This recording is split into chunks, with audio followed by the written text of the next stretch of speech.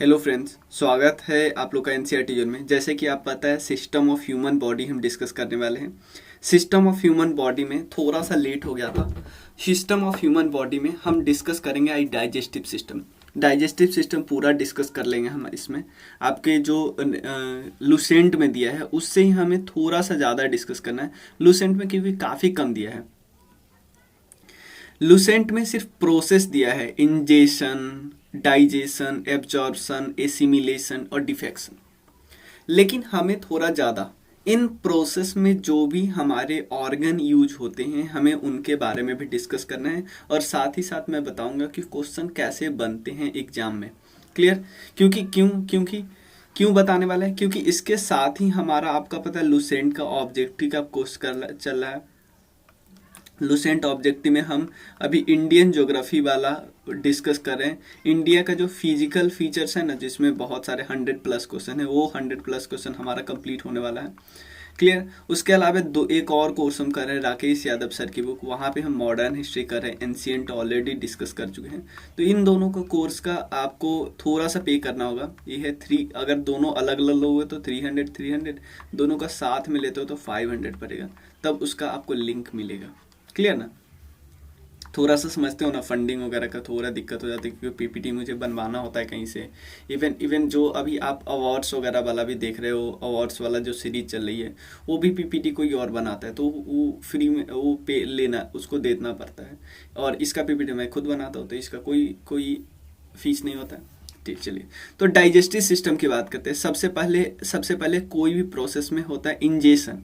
मतलब आप कोई भी फूड क्या करते हो, सबसे पहले मुंह में ले जाते हो, उसके बाद उसके चबाते हो। बहुत सारे प्रोसेस होता है। फूड का काम होता है, फिर टीथ का काम होता है, फिर उसमें आके सलाइवरी ग्लैंड मिलते हैं, फिर यहाँ पे खाना आता है, फिर यहाँ से स्टोमक में पहुँचता है। ये सब हम डिस्कस करेंगे, कोई दिक्कत नहीं। स्टोमक में पहुँचता है, सॉरी यहाँ पहुँचता है, फिर लीवर वगैरह का भी काम होता है, वो सब हम लीवर वगैरह या पैनक्रियाज, इन सब का काम, जैसे लीवर, पैनक्रियाज, ये वाला जो है, खाना ऐसे आता है, ऐसे आया, ऐसे आया, ऐसे आया, ऐसे ऐसे, फिर इस प्रोसेस हो के फिर नीचे जाता है पूरा स्मॉल इंटेस्टाइन में। फिर जो वेस्ट वाला खाना होता है वो लार्ज इंटेस्टाइन में जाके और फिर ऐसे बाहर निकल जाता है। क्लियर? ये सारा हम प्रोसेस देखेंगे। तो पहले दो चीज़ वैसे, ह्यूमन डाइजेस्टिव सिस्टम के कौन कौन से पार्ट है। मान लो एक जिसे हम एलिमेंट्री कनाल बोलते हैं, एलिमेंट्री कनाल, यहाँ लिखा हुआ है the digestive system of a human body is the sum of gastrointestinal tract, जिसको हम एलिमेंट्री कनाल बोलते हैं, और एसेसरी ऑर्गन है क्या भाई। तो इस लेक्चर में हमें एलिमेंट्री कनाल के बारे में डिटेल में डिस्कस करना है। एसेसरी ऑर्गन जैसे टंग, लीवर, पैनक्रियाज और उसके बाद गैल ब्लैडर, इन सब के बारे में हम नेक्स्ट वीडियो में डिस्कस करेंगे, नहीं तो काफ़ी लंबे वीडियो हो जाएगा। थोड़ा सा हम डिटेल में डिस्कस करने वाले हैं। एलिमेंट्री कैनाल एक लॉन्ग ट्यूब है जिसमें फूड जो भी खाते हैं वो विगन कहाँ से होता है, माउथ से।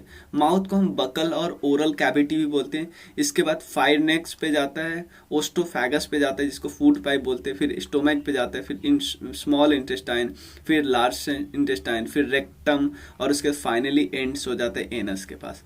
तो ये सब हम डिस्कस करेंगे। एसेसरी ऑर्गन हम नेक्स्ट वीडियो में डिस्कस करेंगे, कोई दिक्कत नहीं है। चलिए सबसे पहले बात करते हैं, पहला प्रोसेस होता है इंजेशन।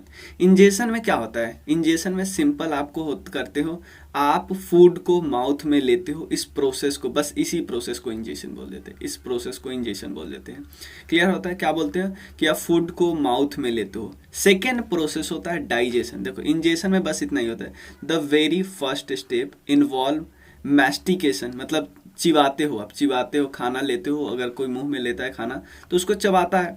क्लियर? उसके बाद होता क्या है, उसके बाद मैं प्रोसेस बता रहा हूँ। मुंह में होता है क्या, the food starts journey from the mouth और ओरल कैविटी, और there are many other organ that contribute the digestion process. Second process होता है डाइजेशन प्रोसेस। डाइजेशन प्रोसेस हम देखेंगे, उससे पहले मैं थोड़ा सा आपको कुछ एक्स्ट्रा चीज़ें बता देता हूँ।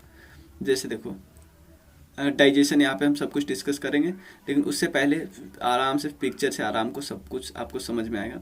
लेकिन यहाँ पे सबसे पहले एक और चीज़ समझते हैं। माउथ में ये सब हमें डिस्कस करना है आगे, टीथ, सलाइवरी ग्लैंड, टंग वगैरह सब कुछ, सलाइवा सब। लेकिन उससे पहले आप थोड़ा सा चलते हैं पीछे। पीछे चलते हैं, हम थोड़ा टीथ के बारे में चल देते हैं। हमारे पास 4 टाइप की टीथ होती है, एक होते हैं प्रीमोलर, एक होते हैं इंसाइजर, एक होता है मोलर, एक होता है कनाइन। तो अब देखो यहाँ पे देखो, सबसे लास्ट में जो होता है, सबसे लास्ट में जो टीथ होता है 1 2 3, इधर से 3 टीथ और इधर से 3 टीथ, यानी 6 टोटल होता है मोलर। यहाँ पे देखो ना, इधर का 3 और इधर का 3, 6 होता है मोलर। और एक और चीज, बच्चों में 4 होता है, मतलब 6 नीचे 6 ऊपर, तो टोटल 12 हो गए ना। लेकिन बच्चों में जब बीसी दांत होता है तो ये 4 ही होते हैं, यानी चबाने वाला एक दांत कम होता है, क्योंकि मेन तो यहीं से खाना चबाते हैं ना, च्युइंगम में यही से करते हैं ना। तो ये होता है, बच्चों में 8 होता है और बड़ों में 12 हो जाता है। उसके बाद ये होता है प्रीमोलर। उसका ये दांत जो चीरने वाला दांत होता है ये होता है, इनको कनाइन बोलते हैं, कनाइन। तो आपसे पूछा अगर टाइगर वगैरह जो दांत चीरता है किसी चीज को, इससे चीरता है। उसका इंसीजर, ये जो सामने का दांत होता है ना, सामने का दांत बच्चों में भी सेम होता है, हम में भी सेम होता है। कनाइन भी बच्चों में होता है, बच्चों में प्रीमोलर नहीं होता है, प्रीमोलर बच्चों में नहीं होता है, ये हमारे पास एक्स्ट्रा है। बच्चों में प्रीमोलर 0 होता है, क्लियर है ना। प्रीमोलर 0 होता है और ये 8 होता है, इसके जगह पे 12 हो गया, क्लियर। और ये 8 एक्स्ट्रा, कोई दिक्कत नहीं। अब ये देखो मोलर दांत, क्योंकि ये मेन इसी का काम है, डाइजेशन में मेल इसी का काम है। टंग को देखो, टंग को हम स्पेशली एक और जो नेक्स्ट वीडियो आएगा ना उसमें टंग को डिस्कस करेंगे। अगर अगर अगर किसी टॉपिक में टंग होगा तो होगा, नहीं होगा तो हम अलग से डिस्कस करेंगे। इंसाइजर, कैनाइन हम सब तो डिस्कस के लिए, प्रीमोलर, और ये है पैपिलेज ऑफ टंग, और उसका उलवा, ये सब कुछ कुछ टर्म होता है। गम, ये वाला पार्ट होता है, और लिप्स तो हमें पता ही है। ग्लैंड होता क्या है? ग्लैंड एक इंपॉर्टेंट ऑर्गन है जो हमारे बॉडी में प्रेजेंट होता है। ये क्या करता है, कुछ सामान को, कुछ एंजाइम को प्रोड्यूस करता है और रिलीज करता है ताकि वो सर्टेन फंक्शन कर सके। जैसे हमारे बॉडी में 2 टाइप के क्राइन होते हैं, ग्लैंड होते हैं, एंडोक्राइन ग्लैंड और एक्सोक्राइन। जो आउटसाइड बॉडी के पास होता है उसको एक्सोक्राइन बोलते हैं, एंडो मतलब इनसाइड बॉडी। क्लियर यहां तक ठीक है?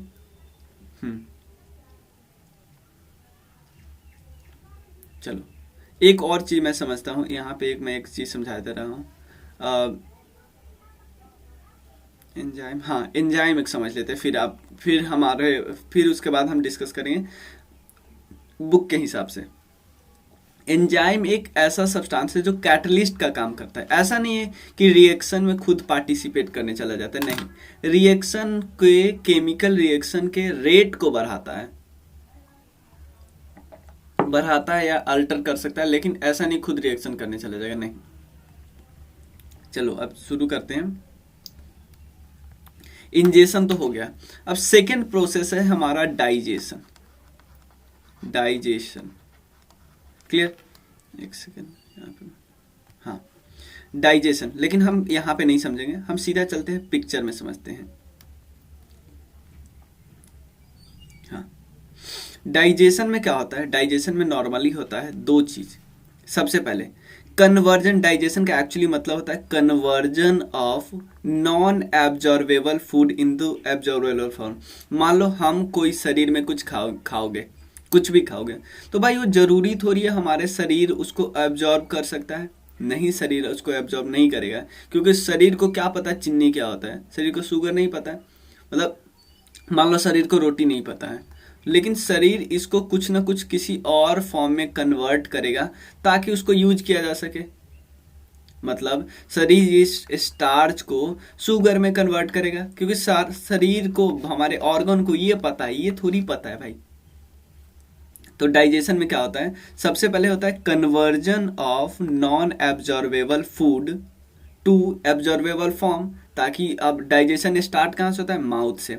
सबसे पहले माउथ से आपको पता है सलाइवा बाहर निकलता है, सलाइवरी ग्लैंड से। माउथ में जो सलाइवा होते हैं, सलाइवरी ग्लैंड होते हैं, ग्लैंड से कुछ निकलता है, हमें पता ना, ग्लैंड से कुछ एंजाइम निकलता है। एंजाइम उस रिएक्शन को और ज्यादा फास्ट कर सकता है या अल्टर कर सकता है, तो सलाइवरी ग्लैंड निकलता है। तो सलाइवरी ग्लैंड यहाँ मैं बता देता हूँ, यहाँ पे सलाइवरी ग्लैंड जब भी बात करते हैं तो उसमें 3 ग्लैंड होता है, याद कर लीजिए, पैरोटाइड ग्लैंड और सब मैंडिबुलर ग्लैंड और सब लिंगुअल ग्लैंड। क्लियर? सब। तो हर जगह से क्या आएगा देखो, एक नीचे से आपका भी थोड़ा लेयर टाइप का नहीं आता रहता है, लार ग्रंथि इसको बोलते हैं, सलाइवरी ग्रंथि, यहाँ से आया, ऊपर से आया, ऐसा तो नहीं सिर्फ हमारा नीचे से ऐसा बोले भैया सिर्फ नीचे से लेयर हमारा टाइप का जो लंग जो जीव के नीचे से नहीं आता ना। आपसे ये भी पूछ सकता है ना, तो ये जॉ के नीचे से आता है, एक सेकंड।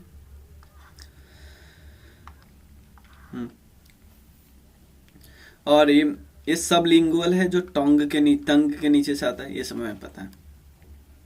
तब देखो एंजाइम को हमें पता है। तो अब होता क्या है, क्या कन्वर्ट किया, तो सलाइवा क्या है, सॉरी सलाइवरी ग्लैंड से क्या निकलता है, सलाइवा यानी लार ग्रंथि से लार निकलता है। तो उसमें दो टाइप की एंजाइम होती है। एंजाइम करता क्या होता है हमें पता है भाई, एंजाइम किसी रिएक्शन को फास्ट कर देता है, किसी रिएक्शन को अल्टर कर सकता है, बदल सकता है। दो एंजाइम होते हैं, एक का नाम है एमाइलेज, क्वेश्चन यहीं से आता है, और दूसरा का नाम है टाइलिन, जो कांस्टेंट नहीं होते हैं, टाइलिन, TYALIN, P यहाँ पे अलग से है, क्लियर। और एक और चीज, तो ये कन्वर्ट क्या कर देता है, क्या सलाइवरी ग्लैंड के जो एंजाइम है एमाइलेज और टाइलिन क्या करता है, वो सिंपल शुगर को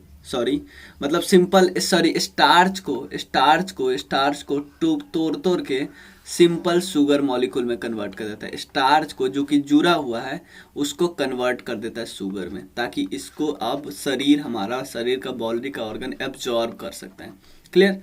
तो ह्यूमन के बॉडी में एक दिन में कम से कम डेली 1.5 लीटर, अगर कोई ह्यूमन बॉडी बिल्कुल परफेक्ट है, मतलब परफेक्ट इन द सेंस कि फिट है, तो उसको 1.5 लीटर पर डे सिक्रीट होगा।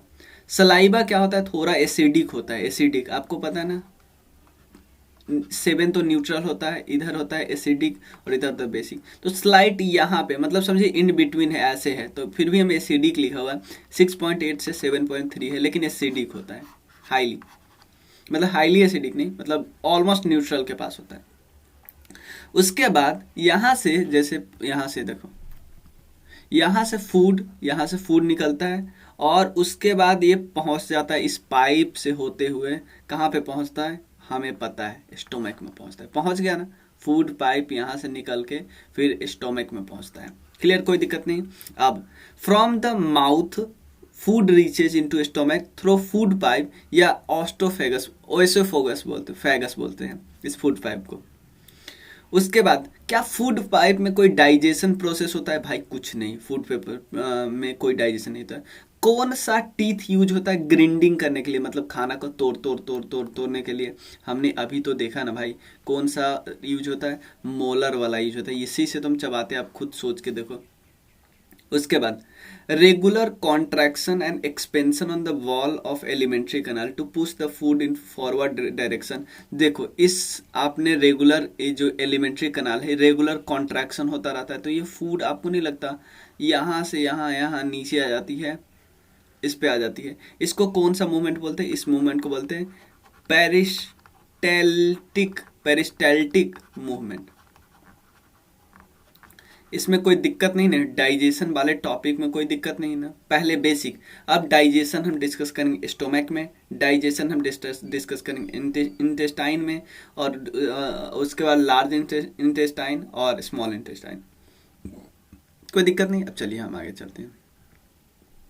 अब यहाँ पे हम डिस्कस करते हैं डाइजेशन इन स्टोमक,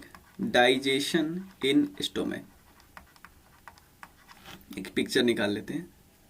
हाँ, डाइजेशन इन स्टोमक, इसकी बात करते हैं, डाइजेशन इन स्टोमक। तो यहाँ पे क्या होता है, फूड यहाँ से आया, फूड पाइप से होके आया, तो यहीं पे आएगा ना, तो ऑलमोस्ट 4 आर यहाँ रहता है, कोई अच्छा निकाल ले जिससे, हाँ ऑलमोस्ट 4 आर यहाँ पे फूड रहता है। उसके बाद होता क्या है, जैसे ही फूड स्टोमक में पहुंचता है, यहाँ पे स्टोमक के पास एक गैस्ट्रिक ग्लैंड होते हैं, क्योंकि आपको पता है ग्लैंड क्या करते हैं, गैस्ट्रिक ग्लैंड होते हैं। गैस्ट्रिक ग्लैंड क्या करते हैं, गैस्ट्रिक जूस निकालते हैं, गैस्ट्रिक जूस के बारे में हम थोड़ा बेसिक देख लें, गैस्ट्रिक जूस के बारे में थोड़ा इसके इंफॉर्मेशन देख लें। ये जूस जो होता है ना, ये हाईली हाईली हाईली एसिडिक होता है, क्योंकि इसका पीएच मान 1.5 से 3.5 के बीच होता है। ये थोड़ा सा येलो कलर का होता है, इसमें कोई दिक्कत नहीं। यानी स्टोमक से पहला चीज क्या निकला, स्टोमक से पहला चीज निकला गैस्ट्रिक ग्लैंड। और क्या और भी कुछ निकलता है स्टोमक में? हाँ भाई, स्टोमक में एक और चीज निकलता है जिसमें बहुत इंफॉर्मेशन इंपॉर्टेंट चीज निकलता है, जो हमारे शरीर के खाने में जो बैक्टीरिया रहता है उसको मार देता है। उसका नाम है किससे? हाइड्रोक्लोराइड। हाइड्रोक्लोराइड HCl निकलता है। कहाँ से निकलता है भाई? ऑक्जेंटिक सेल से निकलता है, ऑक्जेंटिक सेल से निकला हाइड्रोजन क्लोराइड। ये क्या करता है? बैक्टीरिया जो फूड के साथ आ जाती है ना हमारे शरीर में, उसको मार देता है। इवन ये क्या करता है? फूड और ज़्यादा एक्सेलरेट कर देता है रिएक्शन को, ठीक है ना। और उसके बाद हाइड्रोजन क्लोराइड क्योंकि एसिडिक है तो फूड को बिल्कुल एसिडिक बना देता है, फूड को एसिडिक बना देता है। फूड अब एसिडिक बन गया। यहाँ पे फूड आया ना, इसके बाद फूड जो जाएगा वो एसिडिक बन जाएगा। और एक और चीज, गैस्ट्रिक जूस जो हम बात कर रहे थे, यहाँ पे गैस्ट्रिक ग्लैंड में जो गैस्ट्रिक जूस निकलता है, गैस्ट्रिक जूस में दो, यहाँ पे हाँ, गैस्ट्रिक ग्लैंड से गैस्ट्रिक जूस निकलता है। गैस्ट्रिक जूस में दो टाइप के एंजाइम है, एक का नाम है पेप्सिन और दूसरा का नाम है रेनिन। एक का नाम है पेप्सिन और दूसरा नाम है रेनिन। पेप्सिन क्या करता है? प्रोटीन जो प्रेजेंट होता है खाने में उसको पेप्टोन में कन्वर्ट कर देता है। प्रोटीन को पेप्टोन में। रेनिन काइसिनोजिन को कन्वर्ट कर देता है काइसिन में। कोई दिक्कत नहीं इसमें। और ऑक्जेंटिक सेल से तो पता है HCl निकलता है, जो खाना को और ज़्यादा एसिडिक बना देता है और एक्सेलरेट कर देता है रिएक्शन को। इसमें कोई दिक्कत तो नहीं न है। चलिए, एक चीज़ मैं आपको यहाँ से बताना चाहता हूँ। यहाँ पे आपने काइसिन देखा, काइसिन होता क्या है आपको मैं एक अलग टॉपिक पे ले चलता हूँ। देयर आर दो टाइप, मतलब ह्यूमन जब जो ब्रेस्ट मिल्क होती है ना, जो मम्मी का दूध, उसमें दो चीज होते हैं। एक होता है काइसिन जिसको कर्ड्स भी बोलते हैं, और एक होता है वे। काइसिन क्या करता है? देखो, काइसिन बहुत ज्यादा हार्ड होता है डाइजेशन के लिए। क्लियर? बच्चे डाइजेस्ट कर सकते हैं, लेकिन अगर एक समय के बाद इवन अगर आप कोई इंसान है जो इसका एज ज्यादा है तो उसके शरीर में ये कैपेबिलिटी खत्म हो जाती है डाइजेस्ट करने की। क्लियर ना? दूसरा है वे प्रोटीन में तो एंटीबॉडीज होते हैं, तो हमें पता है। लैक्टोफेरिन होता है, लाइसोजाइम होता है, यही लिखा हुआ है। When your baby is born your breast milk contents close to the 90% of whey, और उसका 10% ऑफ काइसिन होता है। Breast milk comes to in become mature milk, मतलब 60% वे, मतलब धीरे धीरे क्या हो रहा है? काइसिन और ज़्यादा बढ़ रहा है। जन्म के समय तो 90% वे है और उसके बाद काइसिन है 10%, लेकिन और धीरे धीरे बढ़ेगा। तो ये बेस मैं ये बताना चाह रहा था कि अगर आपसे क्वेश्चन पूछेगा ना ब्रेस्ट मिल्क में कौन कौन से दो प्रोटीन होते, तो ये आप बता देना। कौन इसमें एंटीबॉडीज के लिए काम आते हैं ये भी पूछ सकता है, और ये है एंटीबॉडीज के लिए, ये आपको तो पता है काइसिन, कोई दिक्कत नहीं। काइसिन और कहाँ से निकलता है? रेनिन क्या कन्वर्ट करता है? काइसिनोजिन को काइसिन से। क्लियर? इतना है क्लियर? स्टोमक हो गया। अब हम बात करते हैं डाइजेशन इन स्मॉल इंटेस्टाइन।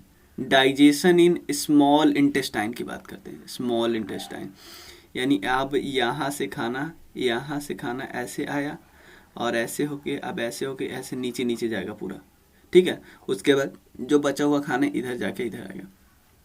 तो स्मॉल इंटेस्टाइन की बात करते हैं। यहाँ लिखा हुआ है एज फूड एज। देखो, इसको मैं अभी मिटाता नहीं हूँ क्योंकि फिर काफ़ी कुछ, मैं थोड़ा मिटा देता हूँ यहाँ पे।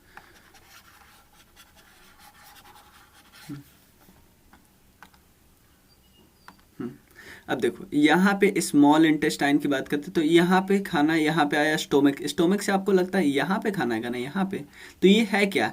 स्मॉल इंटेस्टाइन का एक पार्ट है डियोडेनम।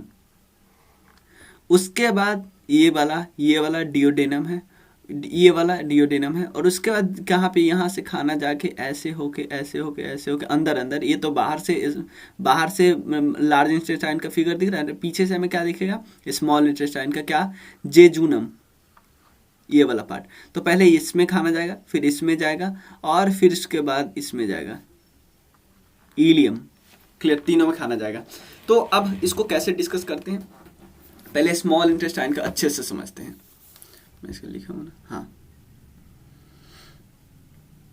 हाँ यहाँ पे भी हो जाएगा। तो 3 पार्ट में बटा हुआ है। देखो खाना कैसे जा रहा है, आप स्टोमक में एक बारी और आपको देखना, पहले थोड़ा स्टार्ट होना, बिल्कुल खाना देखना, पहले स्टोमक से आया, हाँ यहाँ से खाना आता है, फिर यहाँ इससे होके जाता है, फिर देखो हाँ पहले इसमें, फिर ऐसे होके, फिर जेजुलम और फिर इलियम यहाँ पे नीचे जाता है, ठीक है ना। उतना ज़्यादा चलो 3 चीज़ हमें पता, मतलब सबसे पहले इसमें, फिर इसमें, फिर इसमें, यही तो हमें पता चलना चाहिए। अब देखो डिडोनम में होता क्या है, जब भी हमारा जैसे देखो फूड स्टोमक से आया, स्टोमक से फूड आ गया है, अब होता क्या है, स्टोमक से जैसे ही फूड आता है तो उसमें 2 चीज़ मिलती है। फूड कहाँ से आया, स्टोमक से आया, तो उसमें ऊपर से आपको पता है ऊपर लीवर है, लीवर से कनेक्टेड है, लीवर डक्ट से कनेक्टेड है, यही है कॉमन, लीवर डक्ट से कनेक्टेड, जिसको हम क्या बोलते हैं, कॉमन बाइल डक्ट बोलते हैं। तो यहाँ से भाई एक कुछ आ जाता है, एक जूस आ जाता है। क्या हमने समझा, फूड तो आ गया है लीवर से, लेकिन ऊपर से किसी ने टपका दिया है बाइल जूस, तो बाइल जूस किसी ने टपकाया है। तो अभी तक तो आपको पता है फूड एसिडिक था, क्यों, किसके कारण, HCl के कारण, क्योंकि इसका pH मान 1.5 से 3.5 के बीच है। तो जैसे ही यहाँ पे एसिडिक था, लेकिन भाई साहब जैसे ही इसने बाइल जूस में टपकाया, मिलाया, तो इस एसिडिक फूड को इसने कन्वर्ट कर दिया अल्कलाइन में। कोई दिक्कत है तो बताओ, अल्कलाइन का मतलब होता है बेसिक। तो हमने अभी क्या देखा, अभी देखा कि जैसे भाई साहब खाना आ रहा था स्टोमक से, यहाँ पे आ रहा था स्मॉल इंटेस्टाइन के, सबसे पहले डियोडेनम में आया, जैसे डियोडेनम में आया वो ऐसे ही यहाँ से बाइल जूस ने, लीवर से बाइल जूस टपका दिया, जिसके कारण खाना को अल्कलाइन बना दिया। एक तो खाना आ रहा था उसमें बाइल जूस मिला दिया, समझ लो जहर मिला दिया। अब उसके बाद क्या होता है, उसके बाद खाना यहाँ से पहुंचे, आप बोलोगे भैया लीवर चलो गिरा दिया, ऐसे कुछ न कुछ गिरा है, क्या पैनक्रियाज चुप रहेगा भाई। आप मान लो ये है लीवर ऊपर से हो, और ये डियोडेनम, और ये है पैनक्रियाज, तो आप ऊपर से गिराओगे, क्या नीचे से इसके पास कोई जुड़ाव नहीं हो, कोई डक्ट नहीं हो, कोई डक्ट का मतलब कोई पाइप नहीं हुआ जो इससे कनेक्ट हो, कोई इससे कनेक्ट, जैसे आपने लीवर से तो कनेक्ट कर दिया है डियोडेनम को, खाना वाले यहाँ को, क्या इससे कोई कनेक्शन नहीं हो भाई, कैसे नहीं होगा, ऑर्गन सबसे कनेक्टेड होता ही है। तो पैनक्रियाज चुप रहेगा नहीं, पैनक्रियाज भी कुछ करेगा। देखो ना, पैनक्रियाज किससे कनेक्टेड होगा, पैनक्रियाज डक्ट से। डक्ट का मतलब सिर्फ होता है छोटा सा पाइप जो एक ऑर्गन को दूसरे ऑर्गन से कनेक्ट कर रहे हैं। अब देखो पैनक्रियाज जूस, देखो पैनक्रियाज से जैसे हमने देखा लीवर से क्या निकला है, बाइल जूस निकला ना, तो पैनक्रियाज से क्या निकलेगा, पैनक्रियाज जूस निकलेगा। तो पैनक्रियाज जूस आके कंबाइन कर जाएगा ना, किससे, फूड से कंबाइन करेगा। तो फूड को कंबाइन करेगा तो फूड्स को छोड़ेगा थोड़ी। तो पैनक्रियाज जूस में 3 टाइप के एंजाइम मिलती है। एक होती है ट्रिप्सिन, एक होते एमाइलेज। भाई एमाइलेज वही है भाई साहब, कौन वाला सलाइवरी ग्लैंड से ही ना निकला था, सलाइवरी ग्लैंड से ही तो निकला था एमाइलेज और टाइलिन। एमाइलेज आपको याद है ना। तो अब होता क्या है, और एमाइलेज जो वहां पे काम कर रहा था वही काम यहाँ पे करेगा, एक है थर्ड लाइपेज। तो तीनों का काम देख ले। ट्रिप्सिन क्या करता है, देखो अभी तक हम पीछे क्या किए थे, पीछे इस बंदे से पेप्सिन से हमने प्रोटीन को क्या कर लिया था, पेप्टोन में कन्वर्ट कर लिया था। तो हमारे पास अब जो स्टोमक में चीज होगा या तो पेप्टोन में होगा या कुछ न कुछ पार्ट प्रोटीन वाला होगा। तो ये क्या करेगा, या तो पेप्टोन और प्रोटीन को किसी न किसी चीज में कन्वर्ट करेगा। अब खुद सोचा ना, अब आप खुद बताओ भाई, ये ट्रिप्सिन ऐसा थोड़ी है कि स्टार्च से खेलने लगेगा, नहीं, क्योंकि इसके पास जो आएगा स्टोमक के बाद ना आ रहा है इसके पास। तो इसके बाद ट्रिप्सिन क्या कन्वर्ट करता है, ध्यान देना, ये प्रोटीन और पेप्टोन को कन्वर्ट कर देता है पॉलीपेप्टाइड्स और एमिनो एसिड में। पॉलीपेप्टाइड सबसे प्रोटीन और पेप्टोन को कन्वर्ट कर देता है पॉलीपेप्टाइड्स और एमिनो एसिड में। नेक्स्ट है एमाइलेज। भाई एमाइलेज का तो वही काम होगा ना, जो वहां पे क्या काम था, सलाइवरी ग्लैंड पे स्टार्च को कन्वर्ट करा था सोलुबल शुगर में। स्टार्च को कन्वर्ट कर रहा है सोलुबल शुगर में। कोई दिक्कत है तो बताइए। थर्ड है लाइपेज। लाइपेज क्या करता है, एमल्सिफाइड फैट को कन्वर्ट कर देता है ग्लिसरील और फैटी एसिड में।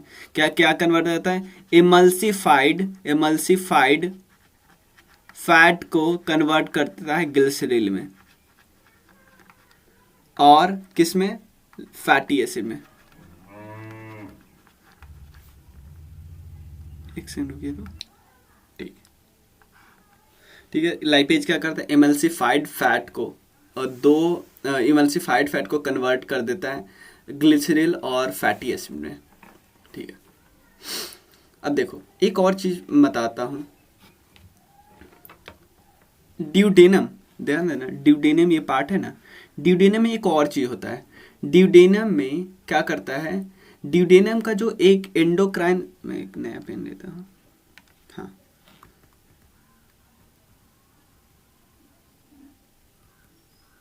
हाँ ये तो मैंने बताया था ना, यहाँ से कॉमन बाइल डक्ट यहाँ से आता है, नीचे से पैनक्रियाज, ऊपर से लीवर। अब एक चीज मैं आपको बता, ड्यूडेनम में एक चीज होता है, क्या होता है, इंडोक्राइन सेल होता है, इंडोक्राइन सेल। ये क्या रिलीज करता है, एक हार्मोन रिलीज करता है जिसका नाम है कोलेसिस्टोकिनिन, ठीक है। इससे होता क्या है, कोलेसिस्टोकिनिन एक ऐसा हार्मोन है जो कि सिक्रीट किया जाता है एंडोक्राइन सेल ऑफ ड्यूडेनम से, और इससे क्या होता है, which include the release of digestion enzyme from pancreas and bile from gallbladder. It is also known as appetite suppressor. तो ये कैसे, इसमें और क्या क्या मिल जाता है, और क्या क्या मिल जाता है, पैनक्रियाज से एक आ रहा है, पैनक्रियाज डक्ट के थ्रू एक सेल, गैल ब्लैडर से भी कुछ आ रहा है, और इन सब मिलके, ये सब मिलके क्या बनाता है, क्या हुआ नहीं सही था जो मैं बोल रहा था ना, सही था। एंडोक्राइन सेल जो होता है इसके पास, ड्यूडेनम के पास, ये पार्ट जो कोलेसिस्टोकिनिन जो एंजाइम निकालता है वो मिक्स किस किस का होता है, पैनक्रियाज से जो आते हैं, पैनक्रियाज से जो एंजाइम आते हैं, जो जूस आते हैं एंजाइम, और उसके बाद गैल ब्लैडर से जो बाइल आता है, बाइल डक्ट के थ्रू आता है, ये सब का मिक्स होता है। इसको हम एक और नाम देते हैं, इस एंजाइम को एपेटाइट सप्रेसर का नाम देते हैं, एपेटाइट सप्रेसर का नाम देते हैं। तो आप चाहे गैल ब्लैडर हो, लीवर हो, पैनक्रियाज, इस सब के बारे में हम डिटेल में और डिस्कस करेंगे, बीच में भी डिस्कस करने लगूंगा, तो जो हमारा मेन टॉपिक है वो मिस हो जाएगा, क्लियर। और ये सब हम डिस्कस करेंगे। नेक्स्ट टॉपिक क्या है, जिजोनम। देखो मैं आपको सिखाता हूँ, एक मिनट में।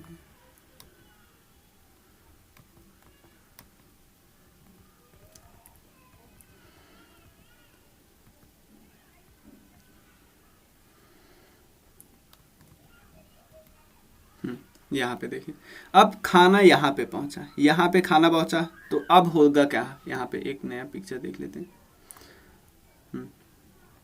यहीं पे हम कर लेते हैं, ठीक है ना। यहाँ पे खाना पहुंचा, जिजोनम, ये थोड़ा मिटा दे रहा हूँ, सिट पूरा मिट गया, कोई दिक्कत नहीं। आप लोग थोड़ा सा इसको क्या कर लेना, थोड़ा बैक करके स्क्रीनशॉट ले लेना, थोड़ा पीछे करके स्क्रीनशॉट लेना। जिजोनम में क्या होता क्या है, द प्रोसेस ऑफ डाइजेशन यहाँ पे कंप्लीट हो गया बिल्कुल। अब यहाँ पे एब्जॉर्प्शन, अब शरीर को चाहिए लेना, शरीर अब लेगा, जो भी खाना आपने डाइजेस्ट किया है तो अब शरीर उसको एब्जॉर्ब तो करेगा, नहीं तो क्यों लेता। अब क्या होता है, यहाँ पे क्या होगा, स्मॉल इंटेस्टाइन के वॉल से, क्योंकि स्मॉल इंटेस्टाइन का पार्ट ही है जिजोनम, स्मॉल इंटेस्टाइन के पार्ट से कुछ जूस सिक्रीट हुआ जिसको हम बोलते हैं इंटेस्टाइनल जूस। इस जूस में 5 टाइप की एंजाइम होती है, 5 टाइप की एंजाइम आपको मैं बताता हूं कौन कौन एंजाइम होती है। पहला है इरेप्सिन, सेकेंड होता है माल्टेस, थर्ड क्या होता है सुक्रेस, डी क्या है लैक्टेस, उसके बाद ई क्या है लाइपेश, एस है, सॉरी एस है, ठीक है। तो इरेप्सिन का क्या काम होता है? इरेप्सिन क्या करता है, जो रिमेनिंग प्रोटीन वगैरह बचा होता है ना, जो छोटा मोटा जो थोड़ा बहुत बच गया प्रोटीन, मतलब जो यहाँ पे डाइजेस्ट नहीं हुआ जेजुना में डाइजेस्ट होगा ही होगा, तो जो पहला थोड़ा बहुत बचा होता है प्रोटीन और पेप्टोन, आप मुझे बताइए प्रोटीन को पेप्टोन में कौन एंजाइम कन्वर्ट करता है? ये बचा होता है प्रोटीन, और मतलब याद कीजिए खुद, क्योंकि याद होना चाहिए। प्रोटीन पेप्टोन जो थोड़ा बहुत बचा होता है उसको एमिनो एसिड में कन्वर्ट करता है। माल्टेस ऑब्वियसली किसको कन्वर्ट करता है? माल्टोज को कन्वर्ट करता है ग्लूकोज में। ये क्या करता है? सुक्रेस ऑब्वियसली सुक्रोज को ग्लूकोज में। लैक्टेज किस में कन्वर्ट करता है? लैक्टोज को ग्लूकोज में एंड गैलेक्टोज में। लैक्टेज एंजाइम किस में कन्वर्ट करता है? लैक्टोज को ग्लूकोज या गैलेक्टोज में। क्वेश्चन आराम से पूछा जा सका। लाइपेज क्या करता है? एमल्सिफाइड फैट को ग्लिसरील और फैटी एसिड में। लाइपेज क्या करता है? एमल्सिफाइड फैट को ग्लिसरील या फैटी एसिड में कन्वर्ट कर देगा।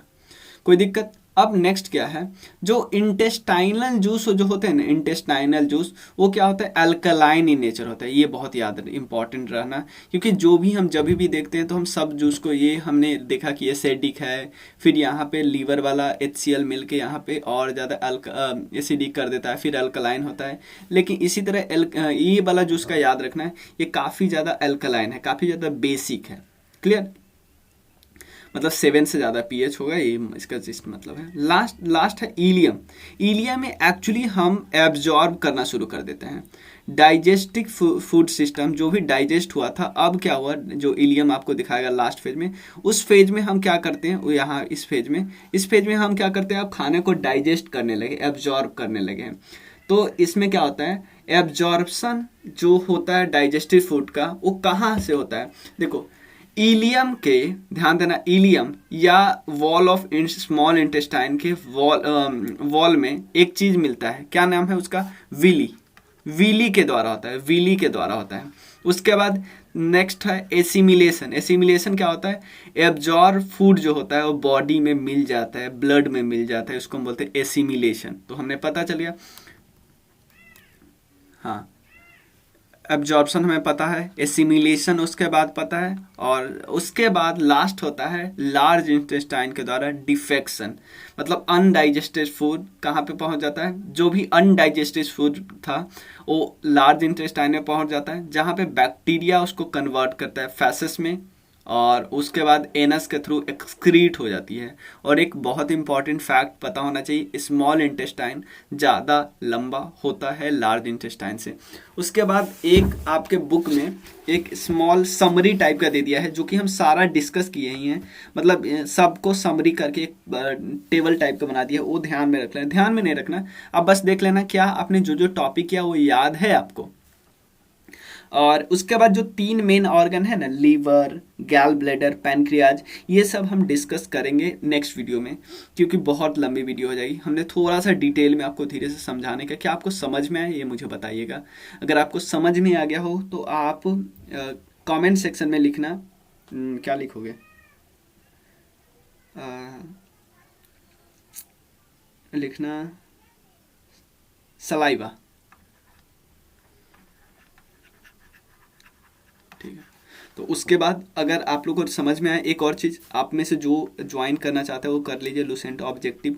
उसमें मैं 3 मंथ में करा ही दूंगा किसी भी तरह में, जल्दी हो जाएगा तो और जल्दी, क्योंकि जितना ज़्यादा लोग आएंगे तो मैं, और क्योंकि अभी एक बंदा PPT बना रहा है, हो सकता है मैं और को दे दूँ, तो जितना ज़्यादा थोड़े फंडिंग आ जाते हैं, क्योंकि देखो आपको ही पता है इतने सब्सक्राइबर से कमाई नहीं होती है। तो बस मैं चाहता हूँ कि मैं खुद अपने पास न रखूँ, मैं बस चाहता हूँ कि जो PPT का बस दाम निकल जाए ना, फिर सबका, क्योंकि देखो सोसाइटी को आप कुछ देते हो तो कुछ एक्सपेक्ट भी करते हो थोड़ा बहुत, यही मैं बोल रहा हूँ कि आप सोसाइटी को देते हो तो सोसाइटी से थोड़ा सा एक्सपेक्टेशन रखना चाहिए, है कि नहीं? चलिए मिलते हैं फिर, थैंक यू सो मच। और आप कंट्रीब्यूट भी कर सकते हो उसके अलावा, लेकिन आप ज्वाइन कर लो, सबसे बेटर यही रहेगा।